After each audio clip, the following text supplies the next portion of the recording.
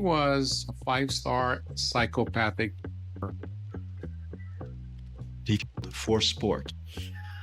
He enjoyed doing, it was a high for him to go out. Los Angeles has seen its share of infamous names, but few sparked as much fear and mystery as Timothy Joseph McGhee, often called the Monster of Atwater. The Los Angeles Times even ranked him among California's 20 most notorious figures, purportedly connected to a series of violent crimes that made headlines across the state. His reputation stretched far beyond Atwater, even brushing against the music scene, where rumors claimed he once had a serious confrontation involving well-known hip-hop names like Daz Dillinger and others. Whether those stories were true or exaggerated, his name carried weight, and not the good kind.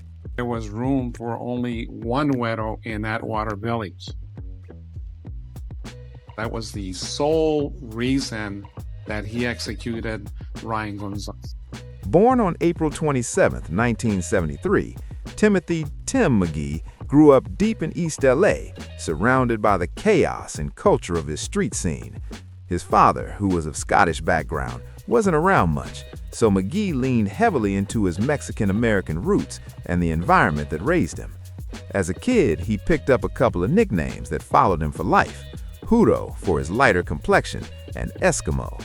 These weren't just casual nicknames from friends, they became part of the legend that built around him. From a young age, McGhee was fully immersed in street life. He wasn't just a bystander, he was known in his neighborhood, making moves and gaining a reputation for being bold and unpredictable. People around him reportedly said he was someone you didn't want to challenge. His involvement with the group known as Tunaville Reefer 13, or TVR 13, put him in the middle of a world that was fast-paced and dangerous, where respect came with risks. McGhee also opened fire on police officers during an ambush, but they weren't hurt. McGhee always felt that he was an aspiring rapper. He was always writing. A lot of them had to do with things that he did. By his mid-teens, McGhee had already crossed paths with law enforcement more than once. Reports say that at just 16, he was sent to juvenile detention after an early brush with the law, setting the tone for what would become a pattern of serious trouble. Then in 1993, he faced more legal issues after another reported altercation involving an officer. But it was the mid to late 1990s that changed everything. This was when McGhee's name became synonymous with fear on the streets of Los Angeles. His reputation shifted from being just another gang member to being viewed as one of the city's most intimidating figures in street history. By 1997, Timothy McGhee's story took an even darker turn. Reports describe this as the moment when things completely spiraled out of control. One widely discussed incident involved McGhee allegedly chasing two rival gang members through Atwater Village in a terrifying pursuit that left one seriously injured and another narrowly escaping harm. Witnesses claimed it showed just how unpredictable he had become during that time. The U.S. Marshals, LAPD put together a task force dedicated to finding McGhee. He was one of our most wanted individuals. That same year, another case linked McGhee to a fatal encounter involving a man named Ronnie, reportedly associated with a rival neighborhood group. According to investigators, the situation escalated after a confrontation, and the outcome proved deadly. The event became one of the key moments that solidified McGhee's reputation in Los Angeles as someone who was feared, calculated, and detached, someone operating without hesitation or remorse. As the years moved toward 2000, the story surrounding McGhee grew even more disturbing.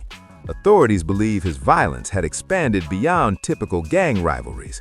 One of the most shocking allegations was his connection to the tragic death of Marty Robles Jr., a 17-year-old student said to have been in the wrong place at the wrong time near the Los Angeles River. Not long after, another case emerged involving a local unhoused man, which investigators also linked to McGhee.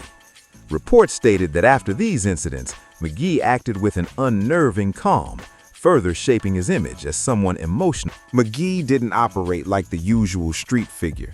According to law enforcement, he ran Tunaville Reefer 13 almost like a structured organization, more disciplined and strategic than most. His control over the group reportedly made him one of the most dominant and feared figures in LA's underground world. 35-year-old Timothy McGhee, seen smiling and laughing during the sentencing hearing, was convicted in October of 2007 of 2 gang rivals and a woman. One of the victims was Under McGhee's reported leadership, Turnerville Reefer 13 began operating in an unusually organized way, almost like a paramilitary group rather than a typical street crew. Members were said to participate in group workouts, structured routines, and neighborhood patrols designed to keep constant watch over their territory. Local reports claimed that guards were often stationed at different entry points with radios, monitoring passing cars and sharing updates about anything that seemed suspicious. Some accounts even allege that McGhee used police scanners to stay one step ahead of law enforcement activity. shot 28 times. This LA gang leader, described by police as a thrill, is headed for death row at San Quentin. You are sentenced. One particularly alarming report describes a 4th of July incident in which McGhee allegedly orchestrated an ambush against police officers by creating a distraction in the street.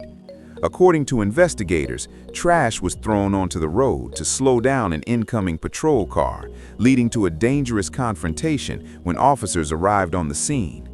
The event marked a major escalation in the kind of tactics McGhee was reportedly using, something that by 2000 and 2001 began to resemble open conflict between his group and the authorities. During this same period, McGhee was also accused of being involved in several violent crimes across Los Angeles. One tragic case from June 2000 involved Ryan Gonzalez, a 16-year-old whose death shocked the community. He leads a riot. He was running a tier of jail cells. He starts yelling for other inmates to attack the guards. He starts telling them to throw things at the guards. At one point, he's even telling them to break the porcelain sinks in their cell so they can get makeshift. According to court documents, investigators believe the dispute stemmed from something as small as a shared nickname, Wayo or Huro. It was said that McGhee took that overlap personally, reflecting the extreme mindset that had come to define his alleged reign of fear across East LA. By late 2001, McGhee's alleged actions had reached an entirely new level of violence, with investigators claiming he began attacks specifically against law enforcement. One chilling report described a calculated ambush in which McGhee supposedly lured LAPD officers into Turnerville Reefer territory, leading to a confrontation that turned extremely dangerous. It was a move that solidified his status as one of Los Angeles' most wanted and unpredictable fugitives. But what came next would become known as the Whitakas family murders, considered by many to be the darkest and most tragic chapter connected to McGhee's name. On August 8, 2001, authorities say McGhee entered the home of Cherry Whitakas, allegedly believing she had provided information to police about his activities. What happened next stunned the entire city. Multiple members of the household, along with a neighbor who was reportedly visiting, were found dead. None of them had any involvement in gang life, which made the crime even more horrifying for the community. Law enforcement officials described this case as the moment when McGhee's reputation shifted from feared gang figure to something far more sinister. The public began seeing him as a symbol of unchecked violence and paranoia. Just 2 days later, reports say McGhee allegedly targeted one of his own close associates, Christina Duran, a friend who had recently spoken with police. It was said to have been her birthday when the tragedy occurred, making the story even more heartbreaking. Investigators believe the act was an attempt to silence potential witnesses and cover his tracks. These incidents cemented McGhee's place in Los Angeles crime history as someone whose actions went beyond gang rivalries, painting a portrait of a man completely consumed by control and fear. What truly set Timothy McGhee apart, according to investigators, wasn't just the level of violence attributed to him. It was how far that violence allegedly spread beyond the world of street conflicts, impacting people completely unrelated to gang activity. His actions, as described in court records and police reports, seemed to follow no boundaries, creating fear even among those far removed from that lifestyle. When detectives dug deeper into McGhee's personal belongings, they reportedly uncovered handwritten notebooks filled with rap-style lyrics that appeared to glorify or reference his street reputation. Some of the writings included brash messages mocking the justice system and daring anyone who might testify against him. Law enforcement officials pointed to this as evidence of how McGhee viewed himself, larger than life, untouchable, and almost cinematic in the way he portrayed his own image. These findings offered a rare look into his mindset, showing how McGhee may have blurred the line between reality and the myth he created around himself. A figure who seemed to thrive on the fear and attention that his name carried throughout Los Angeles. This entire period in Los Angeles history also marked a striking crossover between the city's street scene and the rap industry, two worlds that were beginning to collide in powerful and sometimes dangerous ways. Atwater Village, the neighborhood where much of McGhee's story unfolded, sat in an unusual spot between the LA River and Glendale. It wasn't like South Central. It looked quiet, partly industrial, and easy for outsiders to overlook. But by 1999, Atwater Village was said to be fully under the influence of Toonerville Reefa 13, the group McGhee reportedly led. Under his leadership, it was allegedly transforming into something more structured, disciplined, and, according to investigators, increasingly dangerous. At the same time, Los Angeles hip-hop was thriving, and the two worlds occasionally crossed paths in unpredictable ways. One of the most talked-about moments came on the night of October 17th, when several well-known rap figures were gathered in the area. Reports say the atmosphere was relaxed. It was around 11:40 p.m., and a recording session had just wrapped up. The energy was high. Kurupt had just finished laying down a verse, while Daz Dillinger stayed behind to help manage the session. Also present were two other Death Row Records affiliates, Javon the Realist Jones, known for his voice that sounded remarkably like Tupac Shakur, and Willard Act a Fool Givens, both respected names in the industry. Overseeing security that night was Dwayne Draws Dupree, a 23-year-old who had earned a reputation for keeping things professional and calm.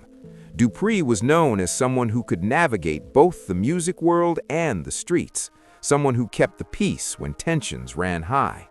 The crew stepped out onto the patio for a break, enjoying a moment of calm under the LA night sky. For a second, it didn't feel like they were anywhere near danger. It felt like just another late-night studio session in the city of dreams. The group believed Atwater Village was neutral territory, a quiet, low-key spot where no one would dare cause problems, especially when the scene finally went quiet. It was clear the attack had left devastating consequences. Javon the Realist Jones was reportedly injured, and Willard Act a Fool Givens was also struck during the assault. But the greatest loss that night was Dwayne Draws Dupree, the group's security lead, a man respected both in the streets and the studio for his professionalism and loyalty. Investigators said Dupree had been standing closest to the shooter's line of fire, and despite his efforts to protect everyone, he was critically wounded during the attack. Once the gunfire stopped, the suspects disappeared just as quickly as they had arrived, fading back into the shadows of Atwater Village. The brazen nature of the incident shocked the entire LA hip-hop community, marking it as one of the most chilling moments in the city's long, complicated history between music, fame, and the streets.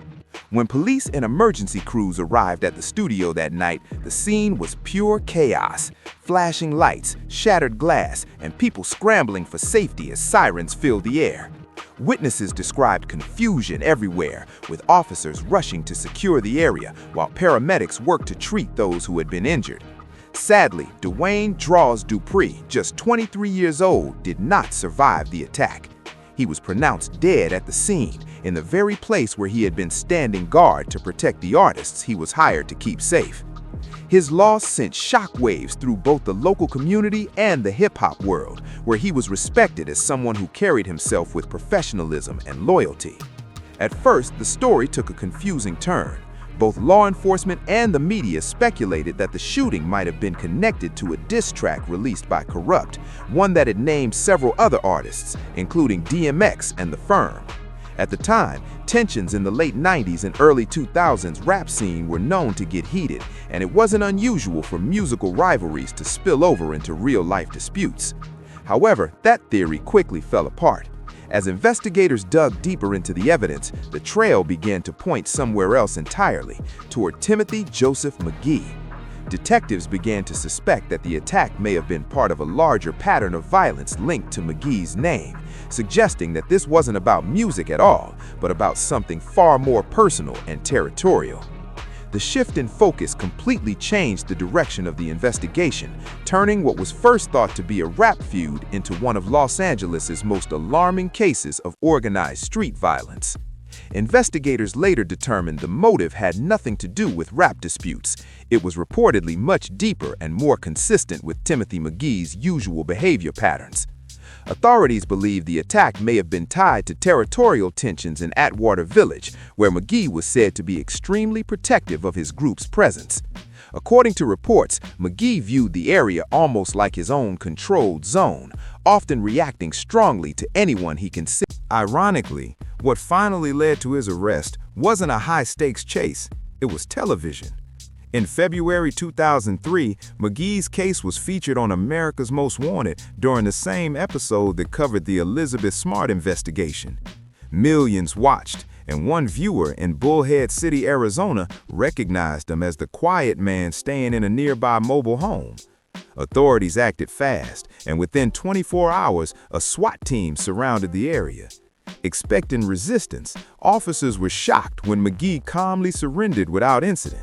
What stood out most, according to reports, was his t-shirt. It read, "Fugitive, can't see me," a chilling nod to the persona he had built while on the run.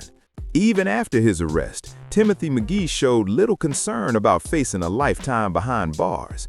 Witnesses later described him as calm, detached, and even confident, almost as if he believed the situation couldn't touch him.